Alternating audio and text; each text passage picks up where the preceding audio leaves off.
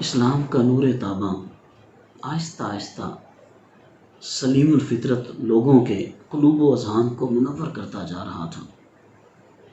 اسلام نے اپنے فطری حسن و جمال سے بڑی بڑی جلیل القدر ہستیوں کو اپنا گرویدہ بنا لیا تھا۔ ہر روز کوئی نہ کوئی عظیم انسان اور مکے کا بڑا نام دائرہ اسلام میں داخل ہوتا تھا تو مسلمانوں کی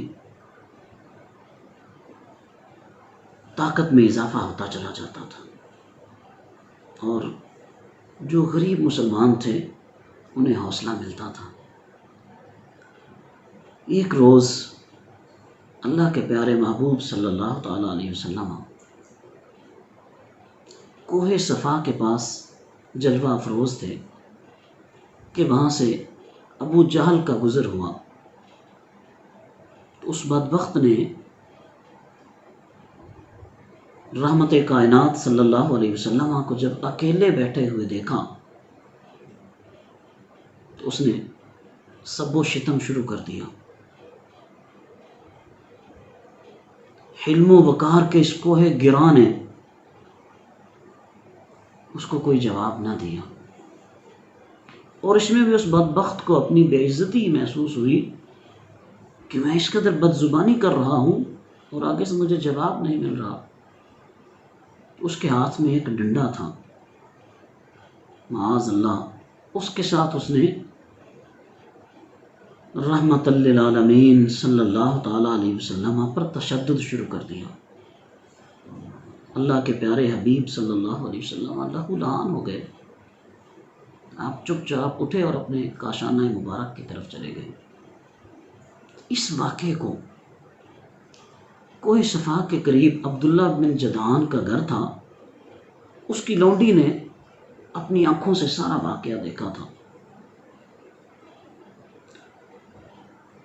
اسے برداشت نہ ہوا، اب وہ انتظار کر رہی تھی اللہ اور اس کے رسول کے شعر کا۔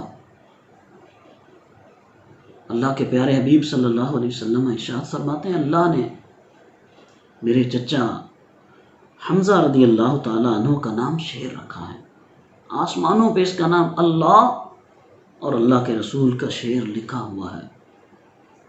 عبداللہ بن جدعان کی کنیز جناب سیدنا امیر حمزہ رضی اللہ تعالیٰ عنہ کے آنے کا انتظار کر رہی تھی۔ آپ شکار کے بڑے شوقین تھے، بڑے شجاع تھے، نڈر تھے اور کمال کی اللہ تبارک و تعالیٰ نے خوبصورتی عطا فرمائی تھی، حسن و جمال کا پیکر تھے۔ خرامہ خرامہ شکار سے واپس تشریف لا رہے ہیں۔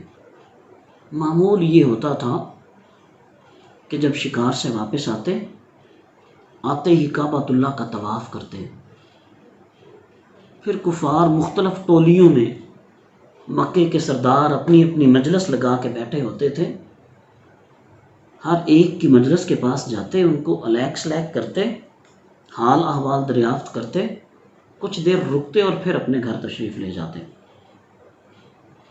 تو آج جب واپس آئے عبداللہ بن جدعان کی کنیز جو پہلے سے منتظر تھی اور وہ جانتی تھی کہ حضرت امیر حمزہ رضی اللہ تعالیٰ عنہ اللہ کے محبوب کے ساتھ کس قدر والہانہ محبت کرتے ہیں، اور یہ جو محبت کا تعلق تھا یہ سیدنا امیر حمزہ رضی اللہ تعالیٰ عنہ کا اختصاص تھا۔ وہ منتظر تھی کہ وہ تشریف لائیں اور میں ان کو بتاؤں۔ تو جب آپ خرامہ خرامہ تشریف لا رہے تھے تو عبداللہ بن جدعان کی کنیز آپ کو راستے میں روک کر کھڑی ہو گئی اور اس نے کہا ہے اے سردار، اے امیر حمزہ، آپ جانتے ہیں کہ آج ابو الحکم نے آپ کے بھتیجے کے ساتھ کیا سلوک کیا ہے؟ پہلے اس نے بد زبانی کی، گالیاں دی، اور اس کے بعد اس نے اپنی لاٹھی سے تشدد شروع کر دیا، حتیٰ کہ آپ کے بھتیجے لہو لہان ہو گئے اور یہاں سے چپ چاپ سیدھے اپنے گھر چلے گئے۔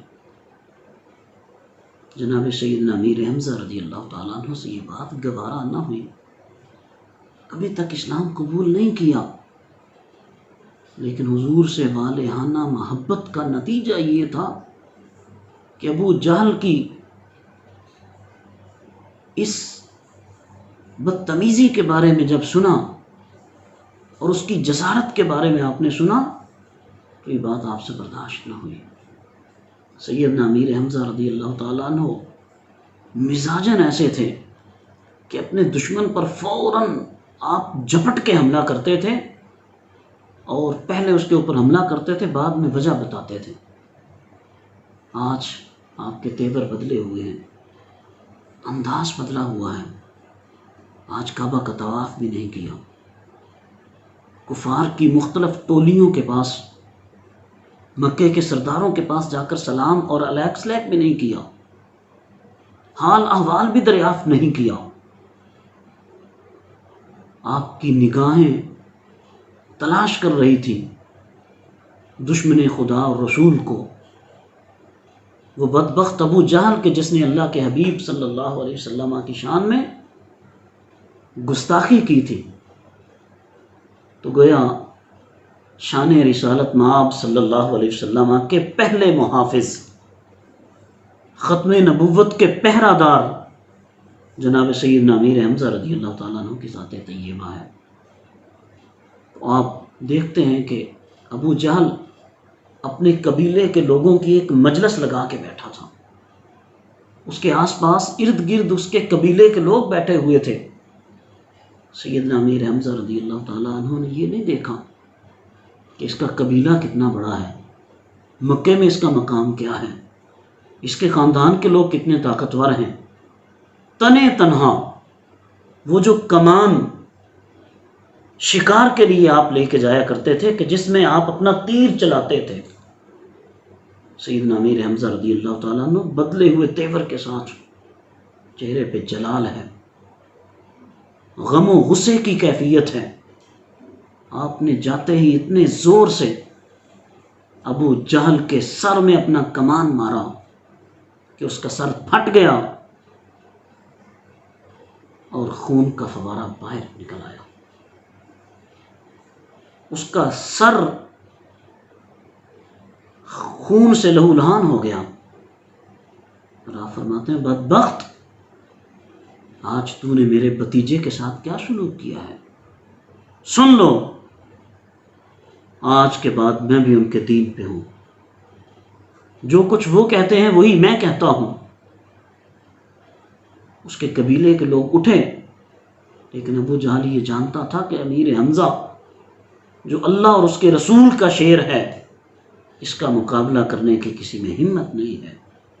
تو اس نے اپنے قبیلے کے لوگوں کو روکا کہ چھوڑ دو، کوئی ان کے سامنے نہ آئے، آج واقعتاً میں نے ان کے بھتیجے کے ساتھ بہت برا سلوک کیا ہے۔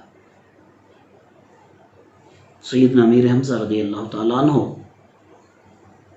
اللہ اور اس کے رسول کے دشمن کو سبق سکھا کے واپس گھر لوٹتے ہیں۔ شیطان اپنا وار کرتا ہے، نفس امارہ اندر سے ترغیب دیتا ہے، امیر حمزہ تو نے اپنے آباء و اجداد کا دین ترک کر دیا، اپنے آباء و اجداد کے دین کو چھوڑ دیا، تو نے ایک نئے دین کو قبول کر لیا۔ اب سیدنا امیر حمزہ رضی اللہ تعالیٰ عنہ صحن حرم میں یہ اقرار کر چکے تھے کہ میں اپنے بھتیجے کے دین پہ ہوں، جو کچھ وہ کہتے ہیں میں وہی کہتا ہوں۔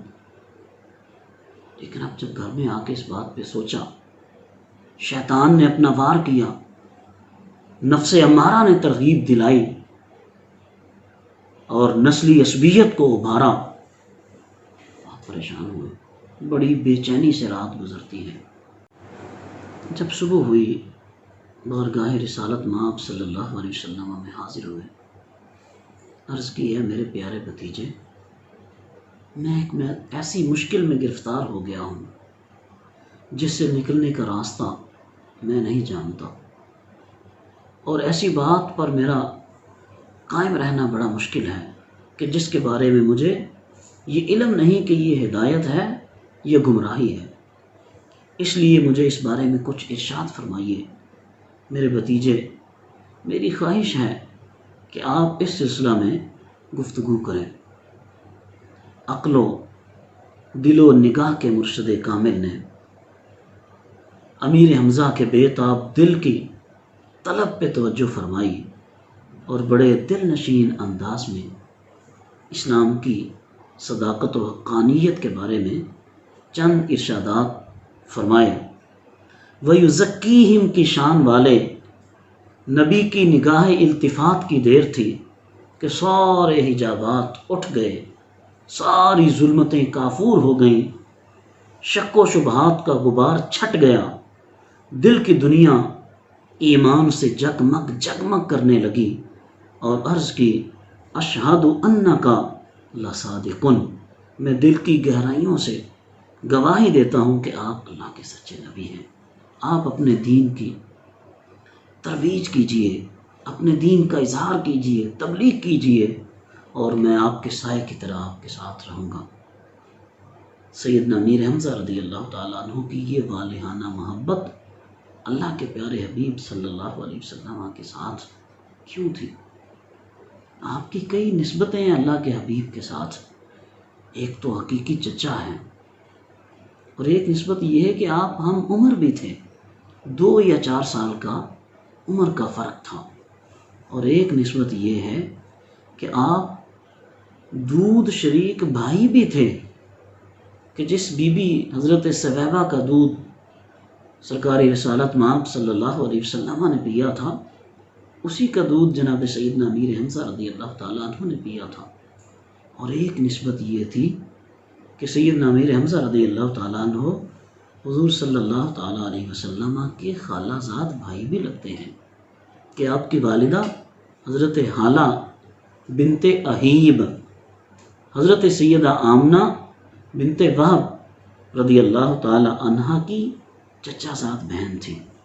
ان ساری نسبتوں کے ہوتے ہوئے سیدنا امیر حمزہ رضی اللہ تعالیٰ عنہ نے جس والہانہ انداز میں کریم آقا صلی اللہ علیہ وسلم کے شان اور آپ کے تحفظ پہ، آپ کی ختم نبوت کے تحفظ پہ پہرا دیا ہے، آپ کی پاسبانی کا حق ادا کیا ہے، تو وہ انہی کا اختصاص تھا۔ اللہ تبارک و تعالی جناب سیدنا امیر حمزہ رضی اللہ تعالی عنہ جو اللہ اور اللہ کے رسول کے شعر ہیں، اللہ کریم ان کے درجات میں بلندیاں عطا فرمائے۔ اللہ کریم ان کی سیرت و کردار کو ہم سب کو اپنانے کی ہمت اور توفیق عطا فرمائے۔ آمین ثم آمین۔